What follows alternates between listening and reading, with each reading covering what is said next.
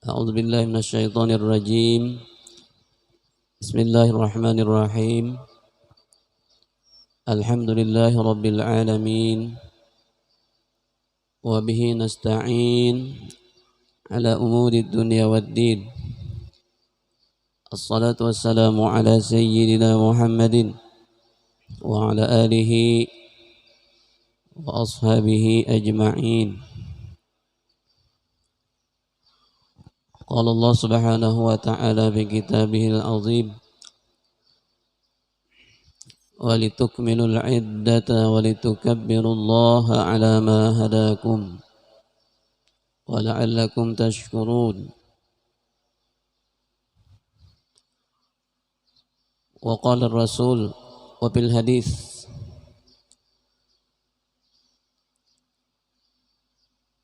فرض رسول الله صلى الله عليه وسلم زكاة الفطر طهرة للصائم من اللغو والرفث وطعمة للمساكين.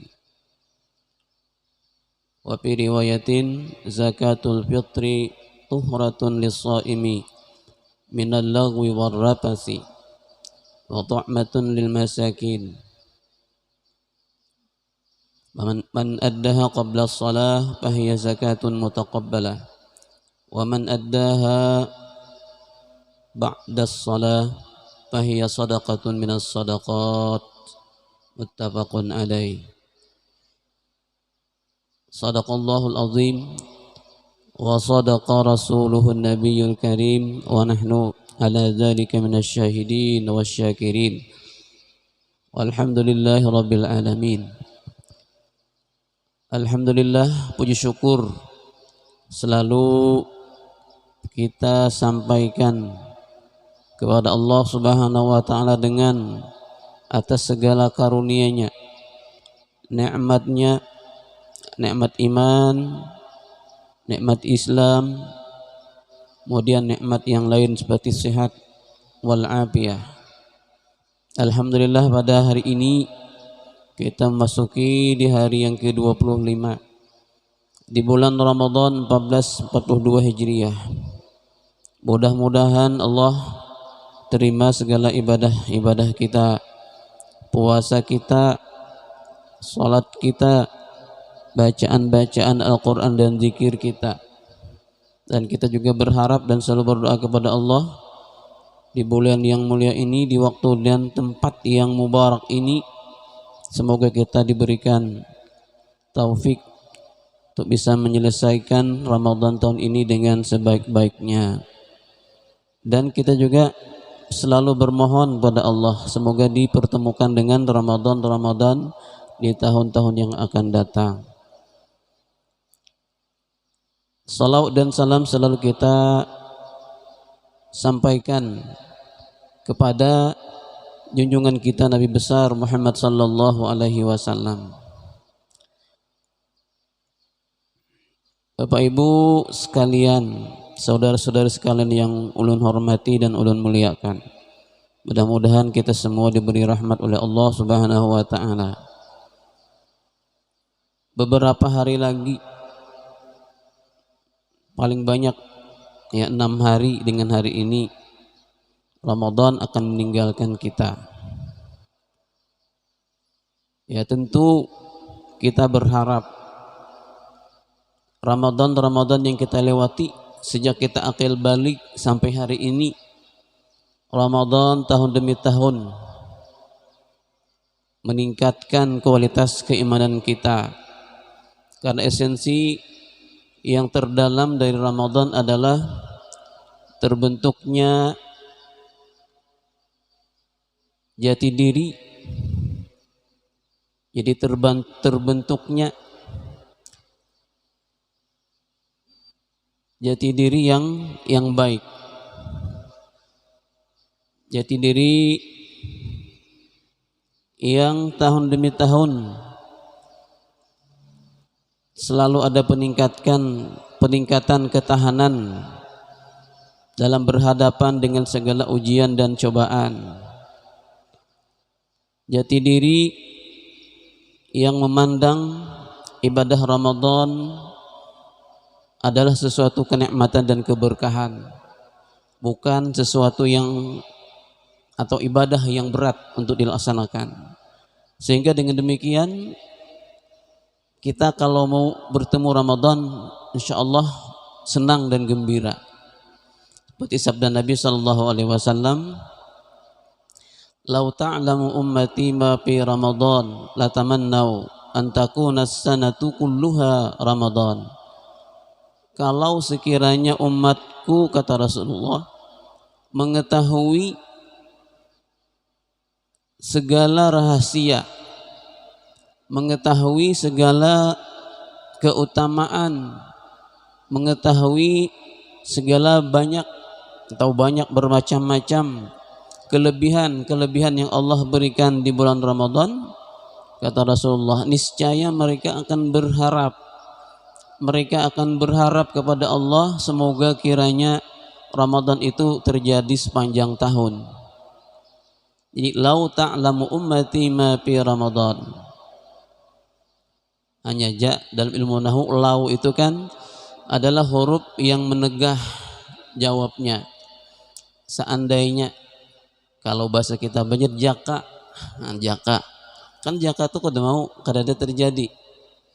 Jadi harfum tina'il jawab limtina'is syarti kalau dalam nahwu, huruf yang menegah terjadinya jawab karena tidak adanya syarat.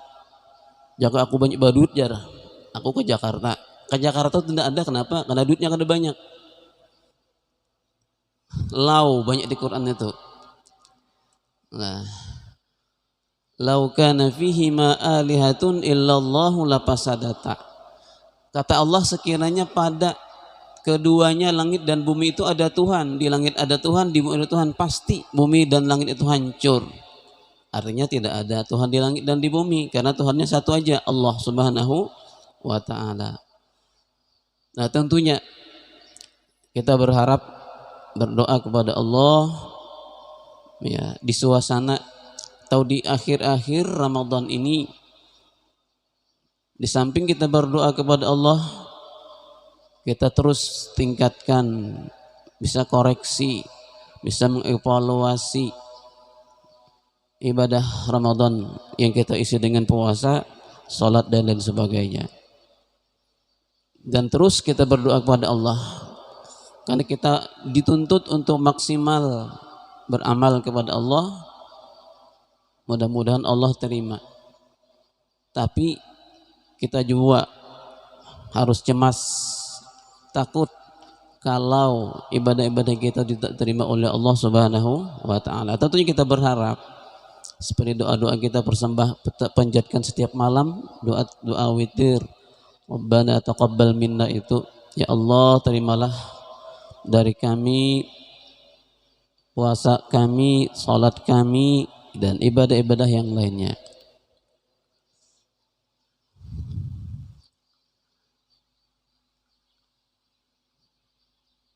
Dan tentu kita juga berharap setiap Ramadan Allah berikan keutamaan kepada kita umat Nabi besar Muhammad sallallahu alaihi wasallam dengan hadiah bonus besar adalah Lailatul Qadar. Banyak hadis menyebutkan Lailatul Qadar itu turun di 10 akhir atau 10 yang ketiga di bulan Ramadan. Dan kalau hendak mencari, ya Nabi carilah di malam-malam ganjil. Kenapa Allah rahasiakan? Itulah rahasia Allah Subhanahu wa ta'ala. Banyak yang Allah rahasiakan kepada kita. Di antara juga yang terpenting adalah kenapa Allah rahasiakan umur kita. Nah, Allah rahasiakan umur kita supaya kita selalu siap dengan kematian. Allah rahasiakan juga malam qadar atau Lailatul Qadar supaya kita siap setiap malam itu kita isi dengan ibadah. Kalau kita sudah mengisi setiap malam, boleh dipastikan kita menemui malam qadar yang keutamaannya adalah Allah sebutkan dalam Al-Quran, Lailatul Qadri khairum min alfi syahr. Malam qadar itu keutamaan atau fadilahnya di dalam beramal ibadah, beramal tapi sama dengan 1000 bulan, lebih dari 80 tahun ibadah. Hanya saja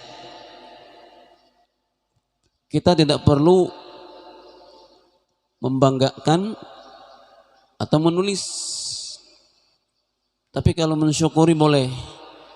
Artinya sudah beberapa tahun kita tidak pernah absen dalam ibadah atau qiyamul lail di malam-malam terakhir dari bulan Ramadan, syukuri itu, tapi banyak berdoa kepada Allah Subhanahu wa taala. Jangan menjadi satu kebanggaan, jangan disampaikan. Artinya kalau aku ini sudah beberapa tahun ini, berarti ada tuh setiap tahun tuh karena malam Lailatul Qadar, lalu dikali 1 tahun atau 1 malam qadar itu sama dengan 83 tahun lebih, akhirnya sudah kali mengali. Orang dagang biasanya kan udah banyak untung untuk ampe lagi, akhirnya itu yang dikhawatirkan. Kalau terlalu kali mengali dalam ibadah, maka bisa membuat orang itu kendor dalam beribadah karena udah merasa hebat.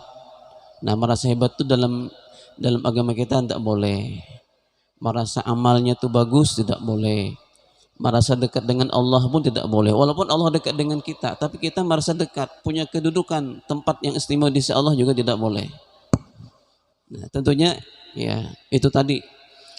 Semoga kita terus tingkatkan kualitas Ramadan kita sampai dikoreksi, dan berharap ya mudah-mudahan kita dikaruniai Allah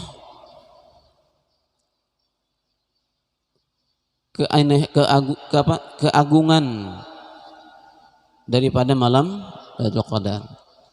Karena malam qadar itu bukan untuk diceritakan, karena untuk diisi dengan ibadah. Banyak dulu, mungkin beberapa tahun atau 10 tahun lebih yang dulu-dulu kan, banyak orang yang ngaku-ngaku bertemu malam atau Lailatul Qadar dengan ciri-cirinya seperti ini. Mungkin dia dengar dari pembacaan-bacaan peraturan guru. Nah, akhirnya dia tersebar. Belum ada medsos seperti ini kan, tahun 80-an dulu. Nah, tersebar di mana-mana, orang yang menemui malam Lailatul Qadar, datangan orang banyak. Nah, ternyata tidak.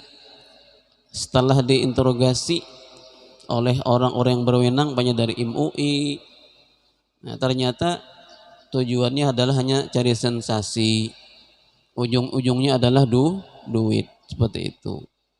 Jadi malam qadar, karena bisa orang kan ketika banyak yang tahu, jadi nang jauh-jauh datangan itu, datangan buat apa? Ujung-ujungnya kan duit.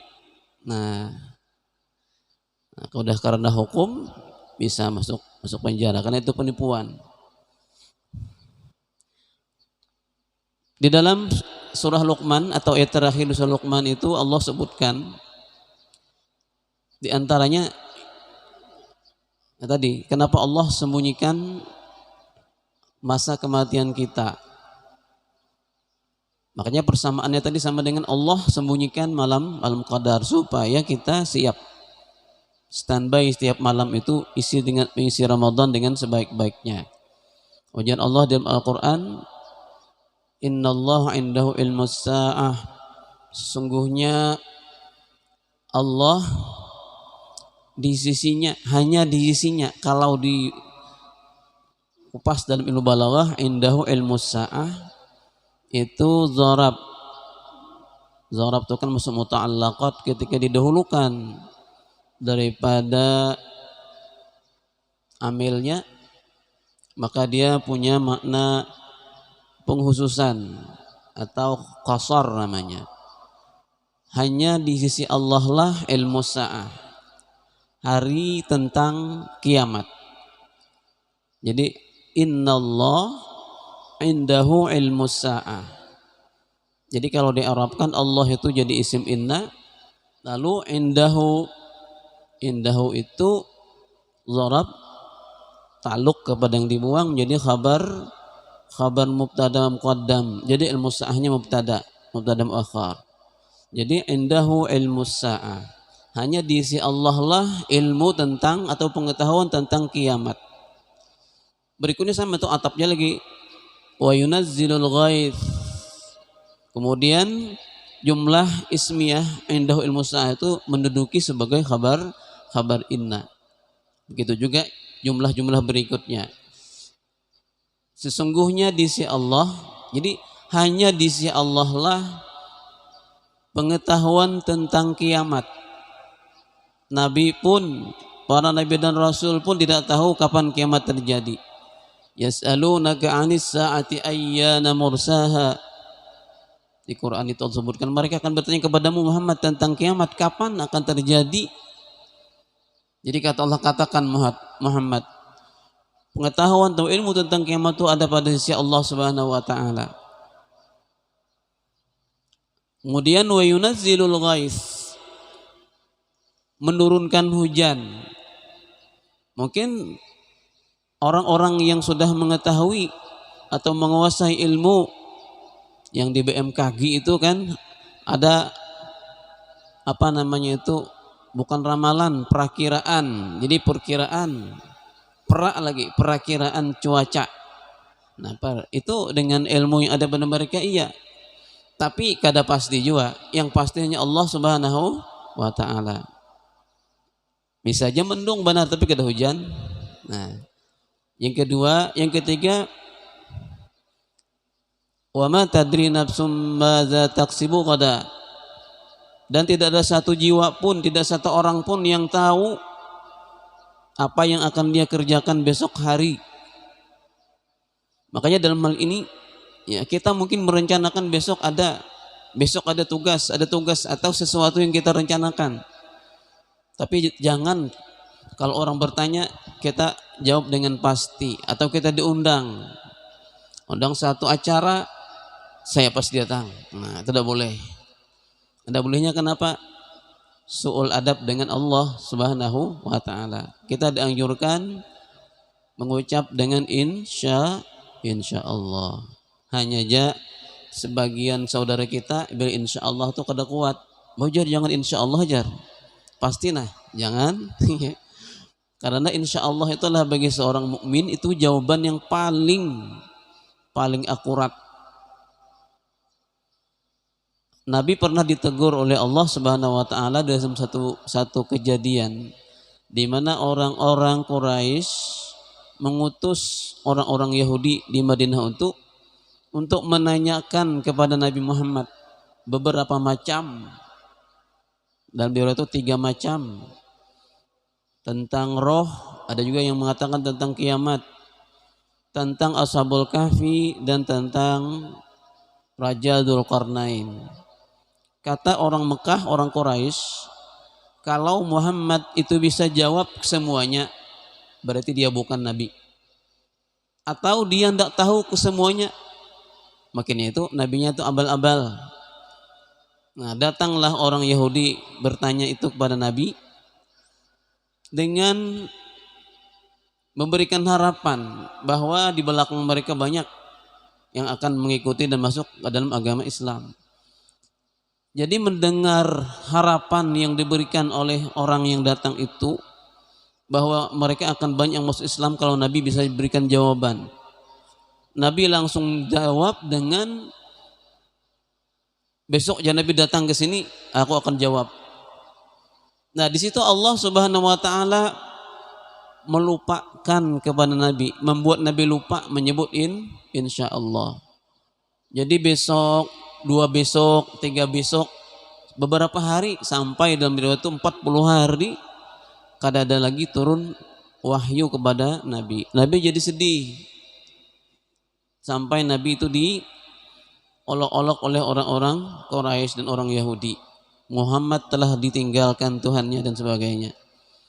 Akhirnya turunlah surah Al-Kahfi itu secara keseluruhan. Jadi secara keseluruhan surah Al-Kahfi turun kepada Nabi. Di antaranya adalah memberikan jawaban dari pertanyaan mereka yang mereka tanyakan itu dua. Tentang Ashabul Kahfi dan tentang Raja Dzulqarnain. Wa yas'alunaka 'anil qarnain, itu kan ada di surah Al-Kahfi. Tapi tentang kiamat atau tentang roh itu tidak. Wa yas'alunaka 'anir ruh qulir ruhu min amri rabbi. Jadi wa yas'alunaka 'anis sa'ati ayyana mursa qul ilmuha indallah innama ilmuha indallah inda rabbi la yujalliha liwaqtiha illahu. Turun ayat surah Al-Kahfi secara keseluruhan. Di situ juga ada Allah memberikan pelajaran kepada kita lewat Nabi kita, karena Nabi kita kan dilupakan oleh Allah. Nabi dilupakan buat apa? Buat kita yang mengikuti, buat syariat bagi umat beliau. Kalau berjanji itu jangan pakai pasti. Kita pasti bisa, nah, gitu kan. Tapi untuk memberikan semangat kepada anak bisa aja mungkin itu yang pas. Tapi kalau kita pasti saya datang, no, jangan. Insya Allah datang. Jadi Nabi ditegur Allah. Sebenarnya bukan teguran itu untuk beliau, tapi untuk kita. Jadi lewat Nabi, jar Allah apa? Wala taqulanna li syai'in inni fa'ilun dzalika ghada illa ayyasha Allah. Janganlah wahai Muhammad engkau mengucapkan pada sesuatu itu, artinya yang kamu rencanakan atau yang kamu pastikan akan terjadi menurut kamu, ya aku lakukan besok. Inni fa'ilun dzalika ghada illa ayyasha Allah, tetapi kata Allah ucapkan dengan ayyasha Allah atau insya Allah. Nah, kemudian yang kedua itu yang ketiga, jadi tentang hari kiamat hanya Allah yang tahu. Tentang turunnya hujan hanya Allah yang memastikan tahu. Kemudian tentang pekerjaan kita besok kita tidak bisa. Wa ma tadri nafsum madza taksibu ghada. Wa ma tadri nafsum bi ayyi ardin tamut. Dan tidak ada satu pun diri atau manusia yang tahu kapan atau di bumi mana dia akan mati. Ya, mungkin kita tinggal di Banjarbaru, harapannya mati atau meninggal di Banjarbaru, tapi Allahu a'lam. Ya. Berapa banyak orang-orang yang seperti itu tinggal di tempat tinggalnya, pergi musafir, ternyata sampai di tempat musafirnya dia meninggal dunia. Banyak. Jadi bukan satu dua, banyak sekali. Orang yang datang ke tempat sesuatu yang dia tuju justru meninggalnya di sana. Ya, memang udah ketentuan dari Allah Subhanahu wa taala. Jadi banyak hadis-hadis menunjukkan itu, ya, bahwa kita tuh diciptakan di bumi di mana kita akan dimatikan. Nah, itu ada hadis-hadisnya. Nah, Bapak Ibu sekalian yang ulun muliakan, itu yang pertama untuk menyambut Idul Fitri, kita evaluasi puasa kita tingkatkan terus doa-doa kita. Mudah-mudahan Allah mengijabah segala permohonan kita. Kemudian yang kedua, kepada kita seluruh mukminin mukminat, laki-laki dan perempuan, tua ataupun muda. Nah, nanti atau dari sekarang udah boleh mengeluarkan yang namanya zakat fitrah. Seperti hadis yang ulun bacakan di awal tadi. Ujar Sayyidina Ibnu Abbas, Rasulullah mewajibkan atau memfardukan zakat fitri, zakat fitrah. Fungsinya ada dua, sebagai penyuci bagi orang yang berpuasa dari segala ucapan-ucapan yang kotor waktu berpuasa. Makanya dalam berpuasa itu ada dua macam kan yang kita hindari. Yang membatalkan puasa sebenarnya mudah, tapi yang berat itu adalah menjaga dari yang membatalkan pahala puasa, ya kan? Membatalkan puasa, udah niat malam tuh niat berpuasa, berarti jangan makan, jangan minum, ya kan? Tapi menjaga puasa kita dari sesuatu yang membatalkan pahalanya itu, nah itu yang berat. Apanya ya? Nah, dari mata kita melihat sesuatu yang tidak dibolehkan, yang diharamkan. Dari mulut kita ya mengucapkan ucapan-ucapan yang tidak dibolehkan, artinya dalam bahasa tersebut haram. Itu kalau kita ucapkan waktu berpuasa, kita berbohong waktu berpuasa, puasa kita sudah batal pahalanya. Walaupun puasanya kada batal tapi pahalanya hilang. Makanya ujar Nabi, kam min shaimin wa laisa lahu min siyamihi illal ju' wal atash. Berapa banyak orang-orang yang berpuasa tapi dia tidak mendapatkan sesuatu pahala pun dari puasanya, yang ada hanya adalah haus dan lapar. Jadi rugi, puasanya tidak berpahala. Kemudian fungsi kedua adalah wa tu'matan lil masakin, sebagai pemberian makanan untuk orang-orang miskin. Jadi memang prioritas zakat fitrah itu adalah kepada orang-orang miskin. Kemudian yang lain kiasannya ada yang sampai 8 itu ada musabilillah dan sebagainya. Tapi yang paling penting mana dulu di sekitar kita tuh kalau ada fakir dan miskin, itu yang paling diutamakan. Nah, di hadis yang lain zakat fitrah itu adalah sebagai penyuci bagi orang yang berpuasa. Jadi daripada ucapan-ucapan dan perbuatan-perbuatan yang kotor. Nah, kemudian sebagai sedekah atau makanan bagi orang miskin. Barang siapa melaksanakan atau mengeluarkan zakat fitrah sebelum sholat Id, maka itulah zakat fitrah yang diterima. Man addaha qabla shalah fahiya sadaqatun mutaqabbalah atau zakatun mutaqabbalah. Wa man addaha ba'da shalah fahiya sadaqatun minas sadaqat. Sebaliknya orang yang sengaja mengeluarkannya tapi sudah salat Id, maka itu hanya gugur sebagai sedekah daripada sedekah-sedekah sunat. Nah, tapi ulama ada yang mengatakan zakat fitrah ini ada qada'annya. Asalkan karena tidak sengaja atau karena lupa, ternyata sudah siang hari zuhur hanya ingat belum berzakat fitrah, bolehlah, boleh. Sebagai apa? Sebagai qada'an. Ya. Dari mana itu? Karena di dalam agama ya kan sesuatu ibadah yang ada punya waktu dan waktunya habis, kalau kewajiban itu belum digawi maka ada namanya qada.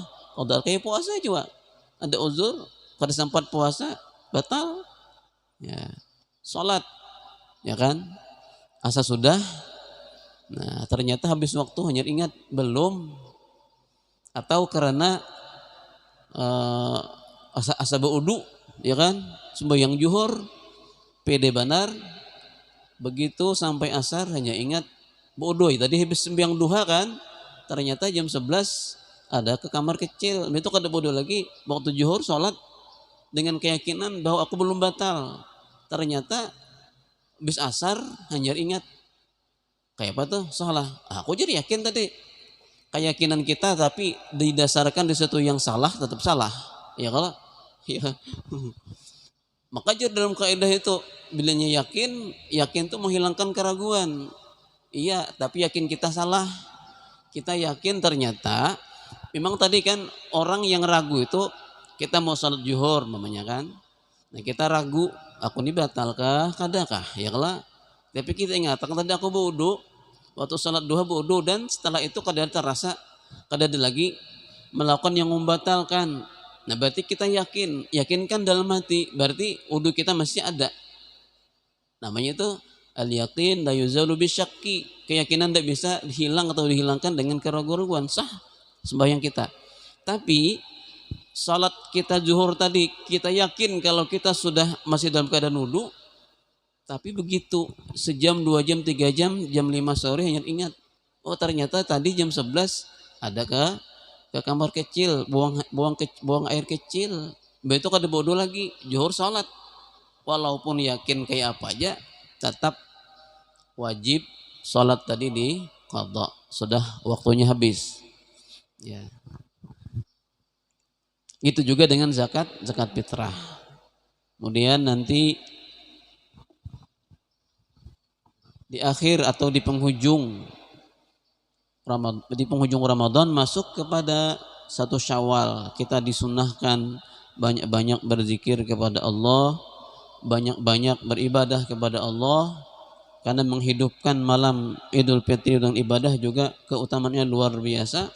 Termasuk yang disunahkan Nabi banyak mengucap takbir, walitukmilul iddah walitukabbirullah ala ma hadakum. Dan hendaklah kalian menyempurnakan bilangan puasa 30 atau 29, nanti tergantung pengumuman dari pemerintah. Jadi pemerintah hina tanggal tanggal 12 kita raya 4. Ajar pemerintah tanggal 13 4. Nah, kalau sidin mau makan tanggal 10 jangan dulu. Kada mungkin lah. Kurang puasa kita sampai 3 hari kada boleh. Kalau kurang 1 hari aja banyak 28, tapi kalau itu yang mengumumkan adalah kebijakannya dari pemerintah, masih mending. Artinya dalam pendapat ulama kada di qadha. Walaupun Ramadan bulan Arab kan 2 aja, 29 atau 30. Kalau kita puasa 29 itu namanya litukmilul iddah, sempurna juga. Puasa 30 sempurna juga. Kalau 28 bang sempurnalah, kurang.